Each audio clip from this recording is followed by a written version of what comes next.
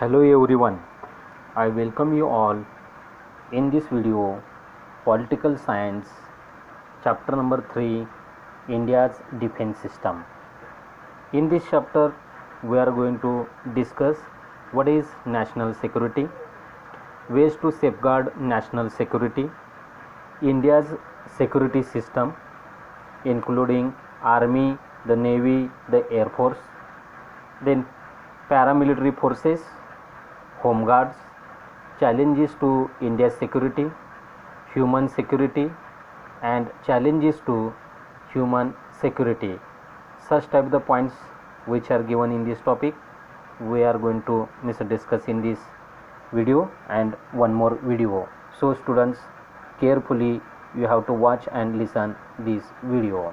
See, at the beginning, in the last chapter we have studied India's foreign policy. Yes, India's foreign policy and how India is shaped the own policy for the nation's development. We have now understood that the primary national interest of a country includes defense. First preference is given to the defense from the foreign aggression and internal unrest and keeping the border safe. For that purpose, strong defense system is necessary for any one nation, and for that purpose every nation creates a defense system at the national level, and India has also created such a system for protecting boundary as well as solving the internal problems. And in this chapter we are going to understand its nature and study the challenges it faces, means which challenges India even today has faced or like they going to face. Such type of the points we are going to discuss in this chapter. See, what is national security then? The international system is made up of sovereign nations. Number of nations are part of this international system. Even if they cooperate with each other, if they are helping each other, no matter.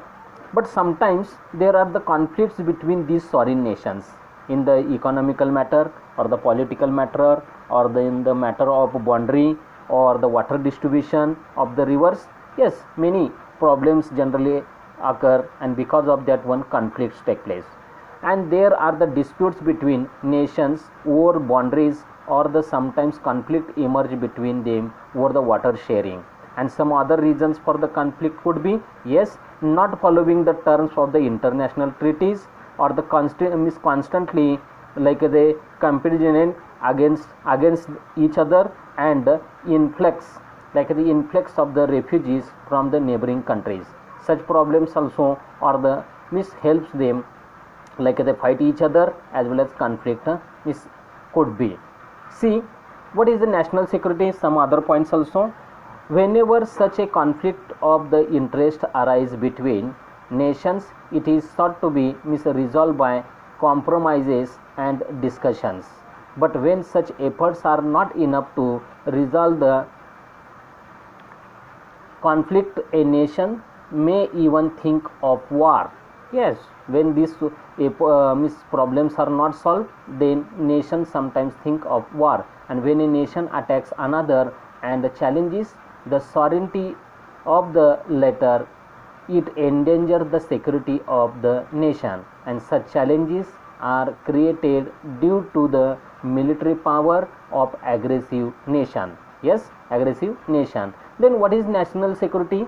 In any situation, a nation's first duty and the responsibility is to be keep the security system always well prepared and ready, and this is called a national security. Solving that problem, defense system should be a stronger one. Then ways to safeguard national security. See, national security is closely connected with geography. Yes, boundary, because national security is more likely to be endangered by nations who are geographically closer.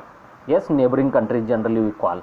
And a nation must assess the threat to its geographical boundaries and the source of that threat, like which are the neighboring countries and geographical boundary. Is it possible to protect or not, and which sources are possible to protect our boundaries, as well as which can create the threats. Yes, everything includes in the ways to safeguard the national security. Then in order to keep this threat at bay, the nation has to increase its military might. Yes, increasing the army, navy or the air force, the nation has to use modern technology. Yes, modern technology is necessary for protecting the boundary or increasing the military might, and to predict the threat, to build weapons systems and modernize and update the defense forces. Once again, see, the nation has to use modern technology to protect the threat and to build weapons system and modernize and update the defense forces. It is necessary for strengthening defense system. Yes, and each and every country is focusing and making the country stronger than others. Then resolving conflict by taking resource to war. Resolving conflict, yes, anyhow to solve that conflict, like the taking recourse to war in order to safeguard national security brings internal peace into danger. Means you know that one, like if one war starts, the internal peace and the external peace also get disturbed, and instead of that one, what they do, like they take the middle path. Through the discussion they try to solve the problems, and some nations try to get the support of other nations to manage the threat to their national security. Yes, many times it happens in the during First World War. Germany got the support from the Italy, and other nations, England and all, got the support from the Russia and all, you know very well. Means solving the conflict, other nations help and cooperate each other. This is the fact. After that, what about the India's security system? See, India's security system includes the army, the navy and the air force, and the three forces that defend the country. The army, the navy and the air force, the three forces that defend the country. The responsibility of protecting the geographical boundaries, east, west, south and the north, is on the army, whereas the navy protects the coastline. Like the navy protects the coastline, and the air force is in charge of protecting the India's airspace, and the Ministry of the Defense control all the three forces. Ministry of the Defense control all the three forces. The Indian army is very big. Yes, and here like the figures are given. Yes, in the world's seventh largest, its chief is known as general. Yes, like the army general, and the chief of navy is known as admiral, while the chief of air force is known as air chief marshal, and these three chiefs are the appointed by the president. Means to whom? General, the admiral and air chief marshal is appointed by the president. President takes the decisions regarding it. Then the president of India is the supreme commander of the defense forces. President of India is the supreme commander of the defense forces. The defense forces cannot take any decisions about war or peace without the consent of the president. President permission is necessary for the war or the peace, because later the represent the civil power. Yes, president is the first person, as well as the civil power is in his hand. So in a democracy, civil leadership is considered superior to the military leadership. Military leadership also is necessary, but compared to the military leadership, like the civil leadership, that is the president plays a major role in a democracy. Means first the civil leadership, and after that one the military leadership comes in the democracy. And many measures are taken to so that all three defense forces, yes, many measures are taken in India's security system are adequately modernized in the last 40-50 years during this period. And for this, some research institutions have been set up, like which institutions and all. See, many training institutes have also been set up in our country to train the personnel of all ranks of our defense forces so that they can perform their task competently, yes, with the potentiality, with the spirit. And some examples are given here. The National Defense Academy, NDA, National Defense Academy at Pune, and the National Defense College, NDC at Delhi, etc. Such institutions are set up in our country. Then other part of defense forces, here the paramilitary forces we call. There are paramilitary forces to help the defense forces in India. Defense forces in India, they are neither completely military forces nor completely civil forces, like it's both combination. Hence they are called paramilitary forces, means like as a half points from the defense sector and half from the civil forces. Yes, their main task is to help the defense forces time to time. The border security force, what includes in the paramilitary forces? See, the border security force, Coast Guard, Central Reserve Police Force, Rapid Action Force are some of the military forces.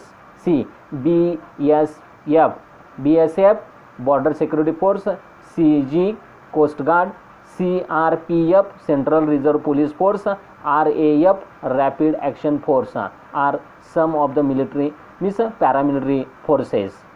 Next, see students, the paramilitary forces are responsible for the security of important locations like railway stations. They work on that places, railway stations, oil depots, like from where the oil is obtained, as well as oil is stored, such places, water reserves including the dams, lakes and many other places. Such places they work and become responsible. Similarly, they play a role in management of disasters like the flood, tsunami, earthquake, whether natural or the man-made, even the road accidents at that time also. And the responsibility of protecting the country's international boundaries during peace time also rest with the paramilitary forces. See, these are the powers and the functions of the paramilitary forces are given here. Yes, after that, the border security force, one by one we are going to study now. The border security force performs tasks like creating a sense of security in the minds of people.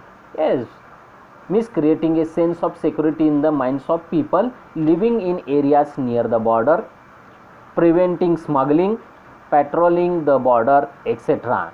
And the Coast Guard has been created to protect India's oceanic borders. And the Coast Guard carries out tasks like protecting the fishing occupation within Indian maritime borders, means Arabian Sea or the Bay of Bengal or the Indian Ocean in the India's boundary line, and preventing the smuggling along sea routes, etc. These are the functions of Coast Guard. And border security above these are given. After that, see, the Central Reserve Police Force, CRPF helps the administration in the various states to maintain law and order. Yes, police force, what is the duty? To maintain law and order. And the Rapid Action Force performs the task of bringing people's lives to normalcy by moving in quickly in incidents of threat to national security, such as bomb blast or the riot, communal riot, as well as the social conflict between two groups or like the two religious groups which were fighting or the which are fighting. Regarding that matter, they bring the normalcy in the life of the people. This is the work of the Rapid Action Force. Another one thing, the National Cadet Corps, NCC has been established with the purpose of instilling among students the love of discipline and military training. Yes, you are the students of the standard 9, so you are part of that one. MCC, like the Maharashtra Cadet Corps, and the NCC, National Cadet Corps. Yes, it is established because of the instilling among the students the love of discipline and the military training. Boy and the girl students from schools and the colleges can join the NCC. Yes, NCC. And here just like the paramilitary forces as well as India's security system and the army, the navy and the air force and their highest officers we have discussed here. Hope that one maximum points you have got clear from this video. Otherwise watch this video again and read this third portion from the textbook once time, so it will be helpful for you to study that one. So we'll meet in a next video to study a remaining part of this topic. Till you take care of your family. Be studious, be curious regarding the studies and develop the scientific temperament. Yes, Jai Hind.